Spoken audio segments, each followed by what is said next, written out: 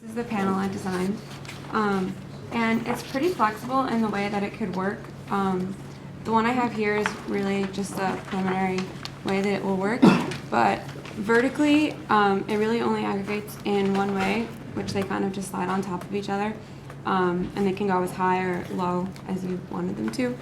And what's interesting about this is the depth allows for structure to be easily placed inside. So the way I have it now, I have just like kind of like poles inside to allow the roof to stand up and to provide extra support. And I have it arranged in a circular pattern now, which you just kind of kink it and have like a double system like this. So it has a kind of an inside and an exterior facade. And I was thinking for the program for this, it would be more of kind of like they call them palaces that we noticed in Jamestown. They said like 15 or 20 houses kind of use them as their hangout spaces, and they like to use them as a place to relax after like a long day and to hang out there and like play games with their friends. And if you turn to page 66, 67, you could see more of how the panel could aggregate. It's kind of a double system, as I was explaining, and it just simply slides into itself. And this is just a preliminary way. I was also thinking of, this is a different panel design, but it was another idea. It could do the same thing. It would kind of curve this way as well, and maybe eventually make a dome shape, so it wouldn't need a secondary roof. It could kind of all just be one structure. Sorry, the model didn't really last very well on the plane, and with the heat here it kind of just collapsed, but, but you can get the idea. Like this panel would be where these are, and it could still make the curved shape. You know, when we were at the cultural center at Makola yesterday, I was, kind of just looking at how every surface is used. Like the opening of the container is a place for mounting bags and slippers, and I was just, the first time I was just looking at the back of this, because I haven't seen this in a while. This is actually a really nice structure for holding things like display of clothes or beads or, whatever whoever is inside this is selling, But I guess now thinking about your projects, maybe look back at how you can maximize the use of every surface. The roof yesterday was being used to dry clothes right near the pavilion. Like everything's used. One thing I like about that is, as you're describing it, is that you have this homogeneous, redundant system and then you insert unique, distinct things within it, artifacts and unique. Do any of you guys have any experience with kiosks design?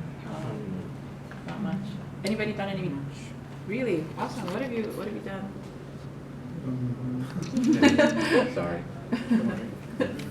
So it was in the design class, and we were assigned to come up with creative ways to improve the conditions of living in kiosks, as well as because we realized that the people in the kiosks sleep there at night. Sure. So our task was to redesign the kiosk and to make it more building with natural Ventilation. exactly, and to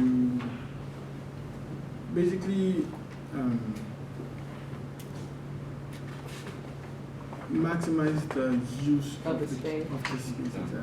So how do you fold up furniture so there's more Exactly, space? shelves that kind of fold thing? up Yeah, into yeah. beds and stuff like that. Like modular furniture. Exactly. Yeah, it's a really interesting idea.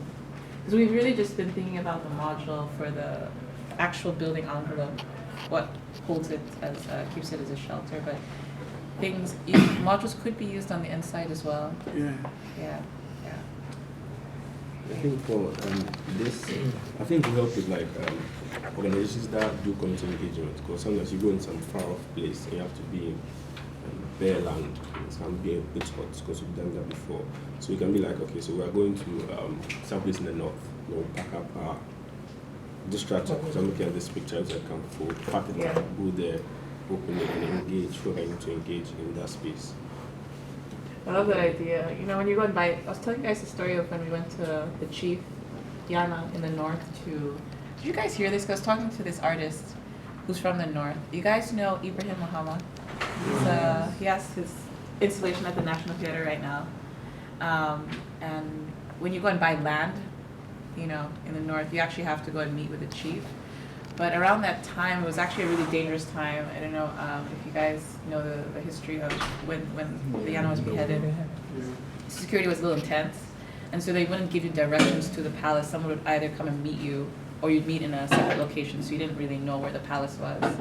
But it's a really interesting idea of, you know, they don't want you to come to the palace, but you want to have a meeting in a place, sort of midway point or something like that, a sitting area. I don't know necessarily what type of meeting, like space in Jamestown, but because everybody kind of knows where you live. But maybe think about that, like what kind of interesting, I saw people playing chess. We saw that when we were walking. Would be a good spot, and serious conversations happen over chess. You know, people's lives are changed over a game, but basically shading, right? Yeah. I would encourage you to see in a way that you can make a face seats in them. Yes. Yeah. It's a great question. You know, because these are not strong enough to create furniture to hold your weight. And so we were talking with another architect here called Brandon Rogers, and he works with DK. He takes earth bags and they ram it, apply a lot of pressure. It's the traditional way of building, right? You ram the earth. Mm-hmm. And because the bags are mobile, we can actually just put them on the ground, coat them, and then ram them. So we might have earth bag furniture in this space just for the festival. That's probably the most affordable and mobile way of creating the furniture during the festival from natural materials. I mean, we can really just bring chairs, but you know, I think we want to try and build things. But do you have an idea for the furniture? Yes, yeah. Totally.